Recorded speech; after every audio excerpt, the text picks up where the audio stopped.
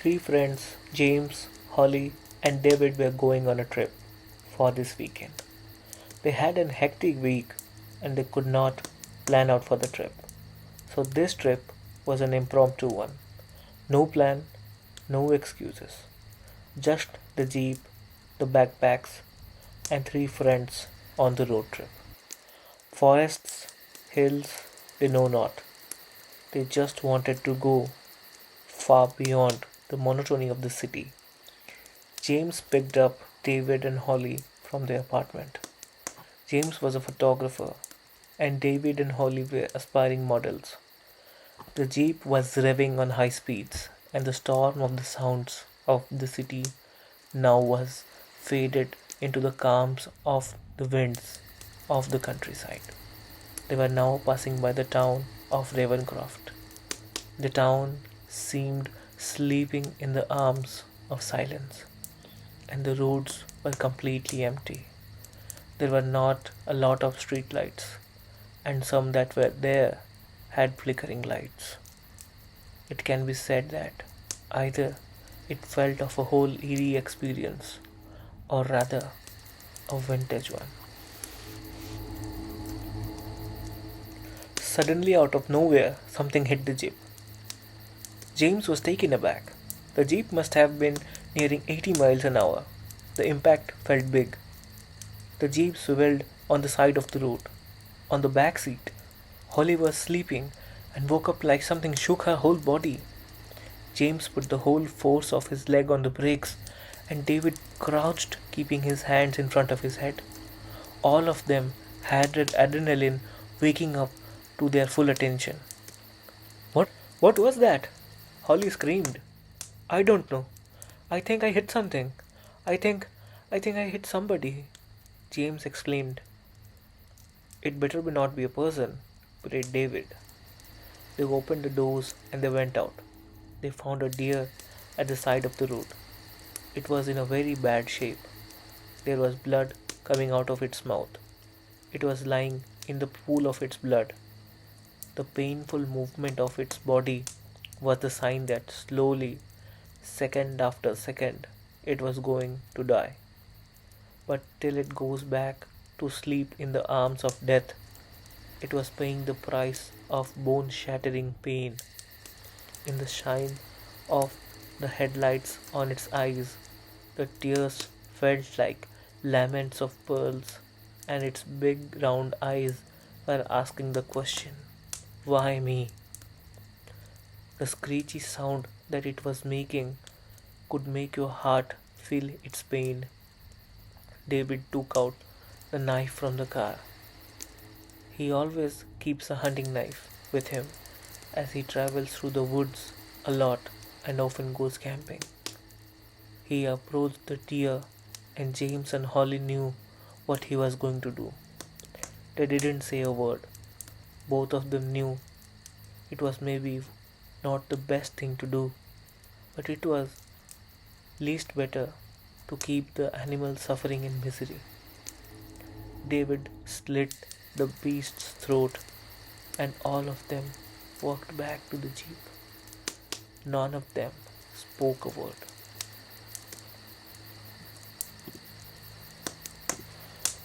About 20 minutes later, Holly asked, did you guys see any houses or hotels since some time? I think there are not many hotels ahead. We should check Google Maps. I don't want to be in a car for the whole night. What do you say? She opened the Google Maps and saw that they are soon going to approach a forest in 5 miles. There are no hotels, Airbnbs, or stays after that. She said, guys, we have a motel after 10 minutes. I suggest we stay there. It's already 1 in the night. Let's start traveling tomorrow. The brakes made a screechy noise when the tires stood, turning the gravels in front of the motel. The cold winds screamed like a sharp knife slicing up their skin. They walked inside the warm motel reception. There was a young lady at the desk. It was somewhat strange as she was there completely fresh and active even after midnight. She had a feel of some overexcitement. David asked her, "Any place nearby to get a drink?" "Yeah, of course. Take 100 steps from the first left, and you'll find the only pub that would be open at this hour." They all checked in and headed to have some food and some beer. The pub was playing country jazz. They thought of taking the counter seats. "So, what's the plan ahead, guys?" James asked. David suggested, "Why not take a hike in the woods tomorrow?" "But is there a hiking trail here?" "Let's ask the bartender." "Get us 3 beer." "Sure. Could you please suggest if there is a hiking trail that we out of towners go tomorrow?" "Yeah, Ravencroft is famous for a big waterfall called Rave Falls. You can go there. You just have to take the second right from the highway ahead onto the Road 21. But I must say, we do not get a lot of tourists, and the woods here are spooky. You must not go to the top of the hill that is beyond the Rave Falls. Strange things happen there." "Strange things? What kind of strange things?" David asked. His voice expressed a hint of skepticism in the flow of excitement. The bartender said, "You are not from here, and you won't believe me. Anyways, for your safety, don't go there. It's late. I must close down the bar." This sounded rude, but James, Holly, and David were too tired to be bothered. They finished their beers and headed to the motel. James said to David and Holly, "You guys don't wake me up early tomorrow. I want to sleep in." David and Holly went to their room. Holly said to David, "You know what would cheer me up?" "What?" "A shower with you. Would you join me?" David said, "Honey, you have permission to shoot me if I ever say no to this question." The silence of the night turned into the freshness of the day. Around 10, when the sky was clear and the day was warm, they were in the forest for a hike. There was no cell reception in the forest. It was dark and cold, as if sunlight, when it doesn't get inside the wood, it resembles that of a dark night. They found the hiking trail. Well, it was not more of a trail, but more like a path on which there were less plants on. This place did not seem like a lot of people visit. They could hear the sounds of usually what you hear in a forest, with the buzzing sound of the insects and the slow, calm sound of the wind. "It looks like it rained yesterday," David said. "Yeah, it did." They could hear the river flowing by. With the sound of the water, they knew that the falls would be near. While they were approaching the Rave Falls, Holly heard something. "Hey guys, did you hear something? I feel I heard a hum." "Hmm, a hum?" "Yes, a hum. See again?" "No, the forests and the river and the animals around make some sound that makes like it. So, is it only me who can hear this? Cut it out. Don't try to spook me," James said. They walked a bit more. Suddenly Holly screamed, There's a deer that we hit yesterday. Yes, I see it. It ran that way. It had blood dropping from his throat. Guys, let's get back." David said to her, "Don't worry, Holly. It's not the same deer. The deer died, remember? There's a lot of deer around this place. It must have looked similar. I think. You are pretty second up. Don't worry, it's fine. I'm here. Let's sit down. Let's sit down near the water. Let's take a break." They started taking pictures. The serene place, as it was very picturesque. "Hey guys, guess we can make a reel out of this hike. It would be cool, said David. "Yeah, sure." They took a lot of photographs and videos. The view of the falls was breathtaking. So, how was the trek? Asked the bartender when the three friends were at the counter in this evening. Yeah, it was good. The place is so quiet and serene. We loved it. Yeah, Ravencroft is a nice, quiet, and spooky place. Spooky? Yes, the other day you were telling us something about that too. But tell us, why we should not go to the top of the hills that is beyond Rafe Falls? The bartender looked into the eyes of David and said, people say there's a witch there. Long back centuries ago, for a long time, every year a girl in Ravencroft went missing. The girls were somehow taken from their homes in the night. No one knew how, but they were taken from the home with no one having any clue. And weeks later, their dead bodies would show up in the river coming from the falls. Years went by, and people started saying, there's a witch on the hill that does so. Yes, there is one. I've seen it, said some in the town meeting. Some said these are just rumors, and no one did anything on their own. But one day another girl was taken. Now the town was not going to stay doing nothing.